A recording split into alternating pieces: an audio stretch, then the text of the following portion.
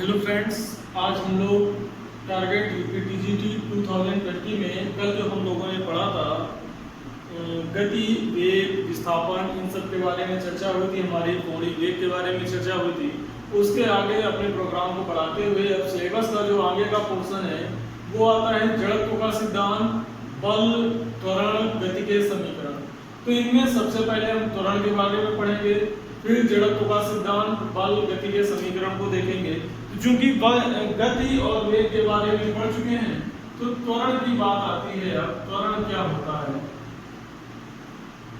जिस तरह से एकांक समय में चली गई दूरी को वेग कहते हैं या चाल कहते हैं, एकांक समय में चली गई दूरी को चाल कहते हैं या गति कहते हैं, उसी तरह से वेग परिवर्तन की दर को, वेग क्या होता है? विस्थापन बटे समय। तो वेग जो होता है विस्थापन बटे समय, उसी में कहा गया है वेग परिवर्तन की दर को, जो वेग परिवर्तन होता है उसकी दर को त्वरण कहते हैं। वेग परिवर्तन की दर को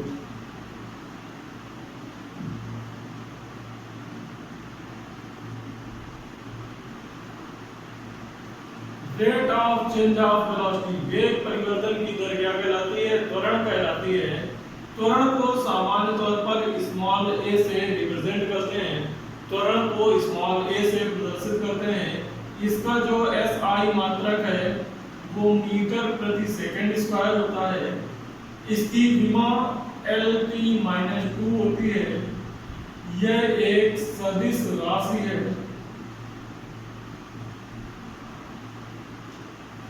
ये कुछ प्रमुख बातें हैं त्वरण की।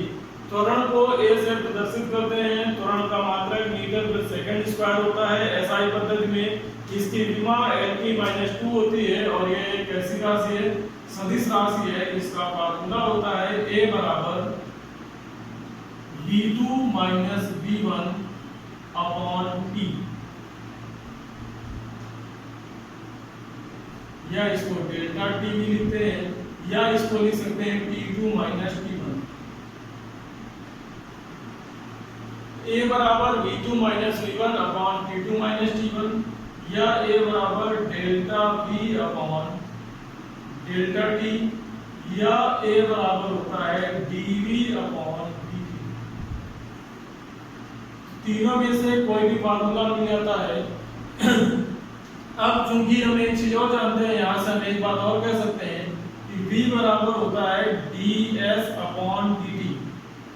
जो V है वेग आपका, वो क्या होता है? ds upon dt। तो अगर यहाँ V की वैल्यू रख दें तो एक फार्मूला और बन के आता है A बराबर d2s अपॉन dt स्क्वायर। तो A जो त्वरण है आपको, ये कितने रूपों में मिल सकता है? एक तो ये मिल जाएगा A बराबर V2 minus V1 upon T2 minus T1। दूसरा मिल सकता है A बराबर dV अपॉन dt, या मिल सकता है A बराबर d2s अपॉन dt स्क्वायर, या मिल सकता है A बराबर delta V upon delta T। तो ये सारे फार्मूले हैं त्वरण के। त्वरण के बारे में क्या है? वेग परिवर्तन की दर को त्वरण कहते हैं, इसे A से प्रदर्शित करते हैं। इसका SI मात्रक मीटर प्रति सेकंड स्क्वायर होता है। इसकी विमा LT-2 होती है और इसे एक ऐसी राशि है, सदिश राशि है। तो ये सारी बातें हो गई त्वरण के बारे में। त्वरण के बाद चर्चा करते हैं बल की। तो बल क्या होता है?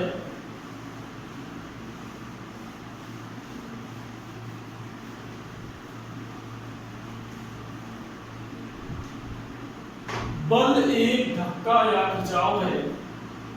बल क्या है? बल एक धक्का या खिंचाव है जो किसी वस्तु की स्थिति में परिवर्तन कर देता है, जो किसी वस्तु की स्थिति में परिवर्तन कर देता है। तो बल क्या है? एक खिंचाव है या धक्का है। जब हम किसी चीज को पुश करते हैं तो पुश करने पर वो वस्तु क्या होती है? अपने स्थान से आगे की ओर खसक जाती है। अगर खींचते हैं, पुल करते हैं, तो खींचने पर क्या होता है? जो ऑब्जेक्ट है खींचने पर क्या होगा? हमारी ओर चलकर आएगा, तो विपरीत दिशा में। तो वो जब हमारी ओर आ रहा है तो भी उसके स्थान में परिवर्तन हो रहा है। तो बल क्या है? एक धक्का है। धक्का क्या है? ये कोई ऑब्जेक्ट रखा है, इसको जब आप पुश करेंगे तो चलकर हो सकता है यहाँ पहुंच जाए, या धक्का दिया, पुश किया, खींचा अपनी ओर, तो यहाँ से चलकर यहाँ आ गया। तो बल एक क्या है, धक्का या खिंचाव है, जो किसी वस्तु की स्थिति में परिवर्तन करने के लिए आवश्यक होता है, जो किसी वस्तु की स्थिति में परिवर्तन करने के लिए आवश्यक होता है। अब ये जो बल है, बल के बारे में और लिख लेते हैं एक दो बातें। बल क्या है, ये तो एक सिंपल परिभाषा है बल की, जो हम कक्षा 6, 7, 8 में पढ़ते हैं। बल को सामान्य तौर पर कैपिटल एफ से प्रदर्शित किया जाता है। बल को किससे प्रदर्शित करते हैं, कैपिटल एफ से। बल का मात्रक न्यूटन होता है, या इसका दूसरा एक मात्रक होता है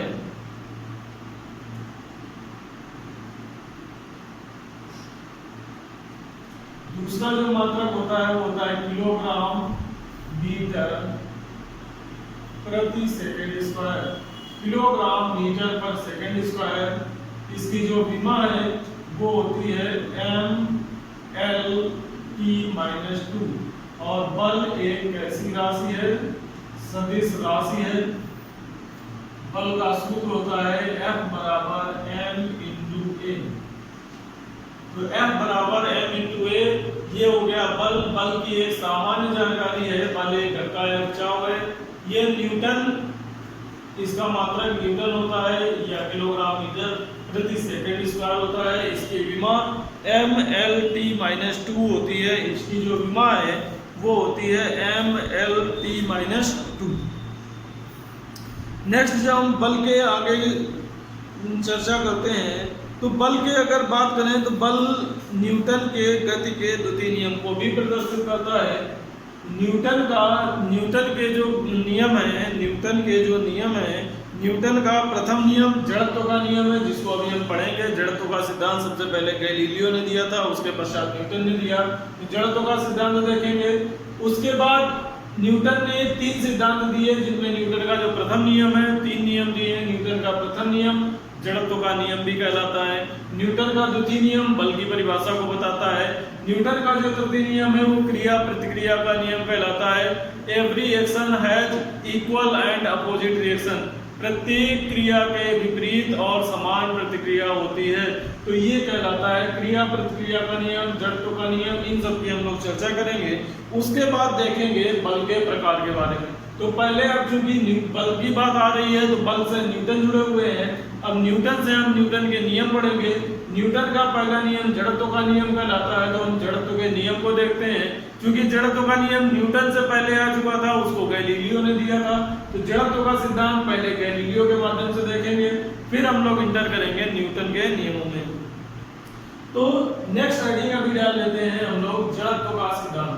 अब बात आती है जड़त्व की। जड़त्व क्या है?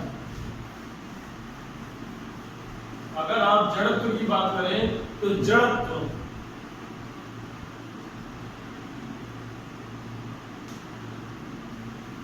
जड़ का मतलब क्या होता है? स्थिर।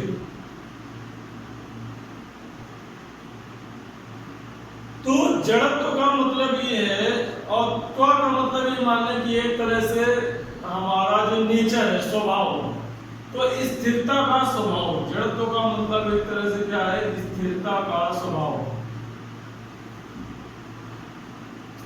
बताया ये गया है जड़त्व के सिद्धांत के आधार पर कि संसार में जो भी वस्तुएं हैं वो 2 स्थितियों में पाई जाती हैं। संसार की जो भी वस्तुएं हैं उनकी 2 स्थितियां हैं। एक, या तो वो विरामावस्था में है, दूसरी वो गति अवस्था में है। अगर वस्तु विरामावस्था में है तो उसकी क्या कंडीशन है, गति की अवस्था में तो उसकी क्या कंडीशन है।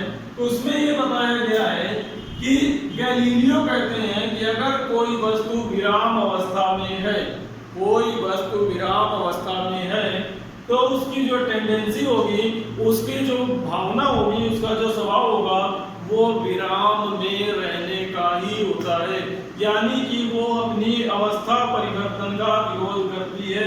इसी तरह से अगर कोई वस्तु गति की अवस्था में है, विराम की अपेक्षा गति की अवस्था में है, तो भी वो अपनी गति की अवस्था से विराम अवस्था में जाने का क्या करती है? विरोध करती है। तो इन्होंने ये बताया कि कोई भी वस्तु है उसकी जब हम अवस्था में परिवर्तन करते हैं तो अवस्था में परिवर्तन का क्या करती है, विरोध करती है। यही जड़त्व का सिद्धांत है कि प्रत्येक वस्तु जिस अवस्था में है उस अवस्था में रहना पसंद करती है, अपनी अवस्था में परिवर्तन का क्या करती है, विरोध करती है। जैसे मनुष्य का स्वभाव है, किसी व्यक्ति के अगर स्वभाव को आप बदलना चाहें तो आसानी से नहीं बदल सकता, उसके स्वभाव को बदलने में वर्षों लग जाते हैं। इसी तरह से कोई वस्तु है, कोई पहाड़ है, उसकी स्थिति को नहीं बदला जा सकता।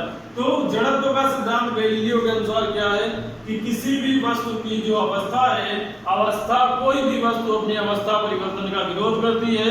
अवस्था परिवर्तन के विरोध से तात्पर्य यह है कि अगर कोई वस्तु विरामावस्था में है तो वो विरामावस्था में ही रहना चाहेगी जब तक उसमें कोई बाह्य बल न लगाया जाए।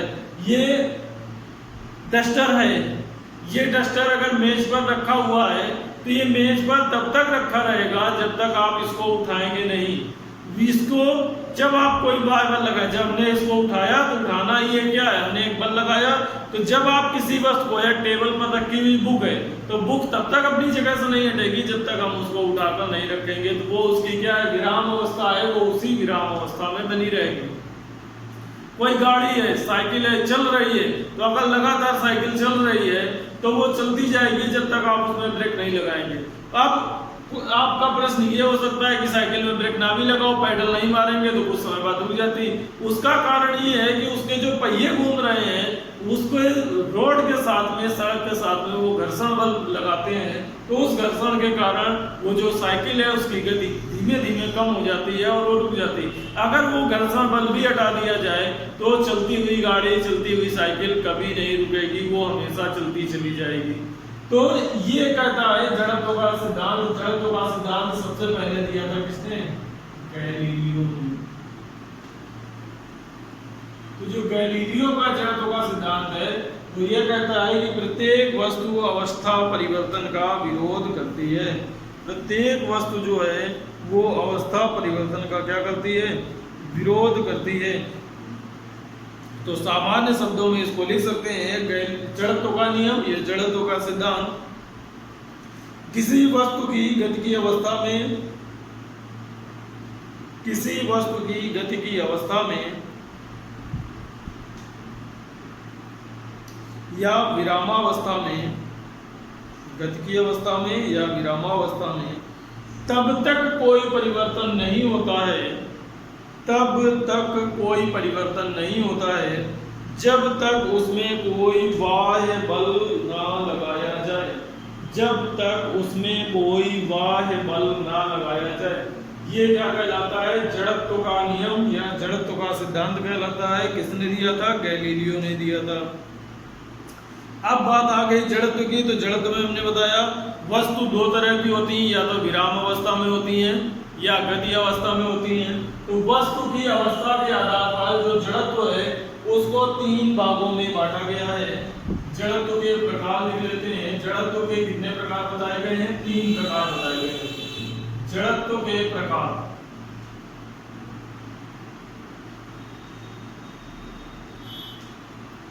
तो जड़त्व के प्रकार तीन बताए गए हैं। पहला जो जड़त्व का प्रकार है वो कहलाता है विराम। तो पहला कौन सा जड़त्व है, विराम जड़त्व है। पहला जड़त्व कौन सा है, विराम जड़त्व है।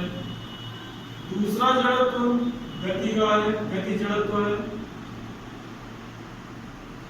और जो तीसरा जड़त्व है वो कहलाता है दिशा जड़त्व। जब आपकी वस्तु गतिमान होती है तो धक्का लगाने पर, बल लगाने पर उसकी दिशा में भी परिवर्तन हो सकता है। तो जड़त्व के तीन प्रकार हैं। विराम जड़त्व, यानी कि अगर कोई वस्तु विराम की अवस्था में है तो वो विराम की अवस्था में रहेगी जब तक उसमें कोई बाह्य बल न लगाया जाए, ये कहलाता है विराम का जड़त्व। गति का जड़त्व, अगर कोई गतिमान वस्तु है तो जब तक आप उसमें कोई बाह्य बल नहीं लगाएंगे तब तक उसकी गति में कोई परिवर्तन नहीं होता है या उसकी अवस्था में कोई परिवर्तन नहीं होता है। इसी तरह से दिशा का जड़त्व है। जब किसी गतिमान वस्तु में आप बाह्य बल लगाते हैं तो उसकी दिशा में भी परिवर्तन हो जाता है, तो वो क्या कहलाता है, दिशा परिवर्तन कहलाता है। दिशा का परिवर्तन भी तब तक नहीं होगा जब तक उसमें आप कोई बल नहीं लगाते हैं। तो ये हो गई जड़त्व की बात। अब जड़त्व के कुछ सामान्य उपयोग हैं जो हमारे आसपास दैनिक जीवन में होते रहते हैं।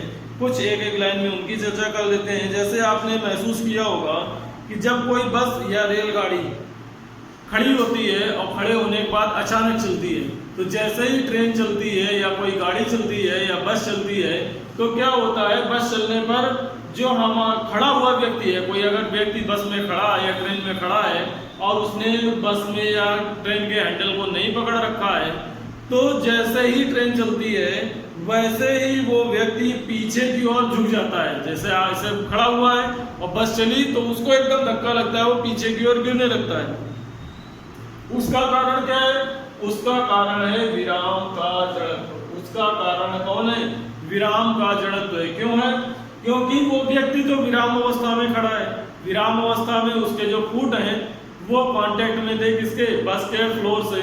अब जैसे ही बस ने चलना प्रारंभ किया तो उसके जो पैर थे वो फ्लोर के कांटेक्ट में थे, फर्श के कांटेक्ट में थे, वो तो बस के साथ चल रही है, लेकिन जो उसकी अपर बॉडी थी वो उसके कांटेक्ट में नहीं थी, तो वो क्या है? विराम अवस्था में। अब वो इस बात का विरोध कर रही थी हम आगे जा रहे हैं, तो वो बॉडी जो अपर बॉडी वो पीछे रह जाती है और पैर आगे की ओर चलते हैं, जिसके कारण वो पीछे की ओर झुक जाता है। तो हमको केवल इतना याद रखना है कि उसका कारण क्या है? विराम का जड़त्व। ठीक। दूसरी ये है कि अगर मान लीजिए कोई जैसे खिड़की लगी हुई है, खिड़की में कांच लगी हुई है, अगर कोई व्यक्ति उसमें गोली मारता है तो कांच में गोली मारने पर उसमें केवल और केवल एक होल होता है, छोटा सा। और जब आप पत्थर मारते हैं तो पत्थर को मारने पर वो टूट जाता है। ऐसा क्यों होता है? तो कांच से जब गोली क्रॉस होती है तो उसकी गति इतनी अधिक होती है कि वो केवल अपनी गतिमान अवस्था के कारण उसकी जो विराम की अवस्था है कांच में परिवर्तन नहीं होता। लेकिन जब आप पत्थर का टुकड़ा फेंकते हैं तो पत्थर का टुकड़ा फेंकने पर या हथौड़े से चोट करने पर उसका जो प्रहार है वो उसके पूरे जो उसकी सरफेस है उसको विराम से किसमें परिवर्तित करने लगता है? गति में, जिसके कारण पूरा शीशा क्या हो जाता है? गतिशील हो जाता है और चिपक जाता है। नेक्स्ट है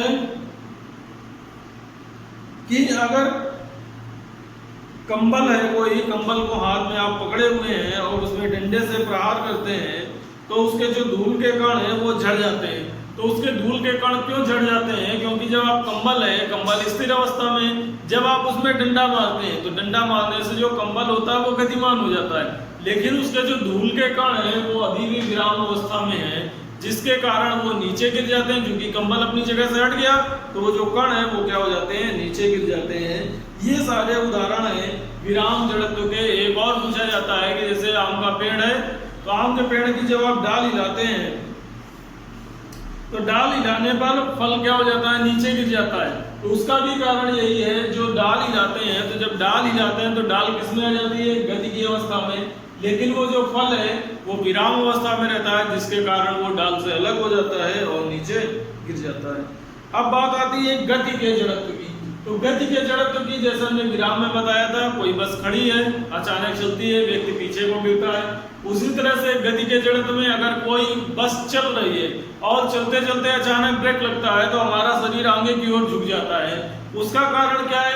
कि हमारी पूरी बॉडी बस के साथ गतिमान है। तो जब पूरी बॉडी बस के साथ गतिमान है और बस अचानक रुकती है तो पैर हमारे कांटेक्ट में है, पैर हमारे रुक जाते हैं, लेकिन आगे का हुआ अपर बॉडी जो है, ऊपर का हिस्सा वो गतिमान रहता है, जिसके कारण जो हमारा शरीर है वो आगे की ओर झुक जाता है। तो खड़ी हुई बस जब चलेगी तो विराम का जड़त्व है, चलती हुई बस जब रुकेगी तो गति का जड़त्व है। इस बात को आप ध्यान रखेंगे।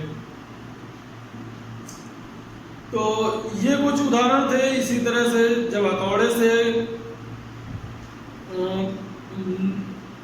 जैसे हथौड़ा होता है, हथौड़े में जो ऊपर लोहे का भाग लगा होता है, कभी कभी वो निकल जाता है या लूज हो जाता है, तो हम क्या करते हैं? हथौड़े को इस तरह से ठोकते हैं तो नीचे प्रहार करने पर ऊपर हथौड़ा उसमें सेट हो जाता है। उसका भी कारण क्या है? कि वो जो हथौड़े का लोहे का हिस्सा है वो आपका विराम अवस्था में जब हम गति करते हैं तो वो अपनी जगह रहता है और डंडा उसके ऊपर चढ़ जाता है, इस तरह से और अधिक अंदर चला जाता है।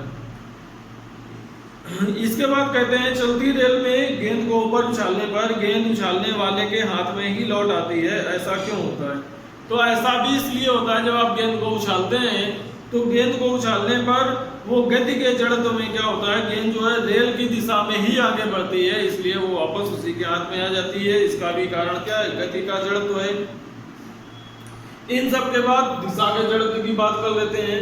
दिशा का जड़त्व उतना महत्वपूर्ण नहीं है। दिशा का जड़त्व क्या है, किसी वस्तु का वह गुण जिसके कारण वह अपनी दिशा में होने वाले परिवर्तन का विरोध करती है, दिशा का जड़त्व कहलाता है।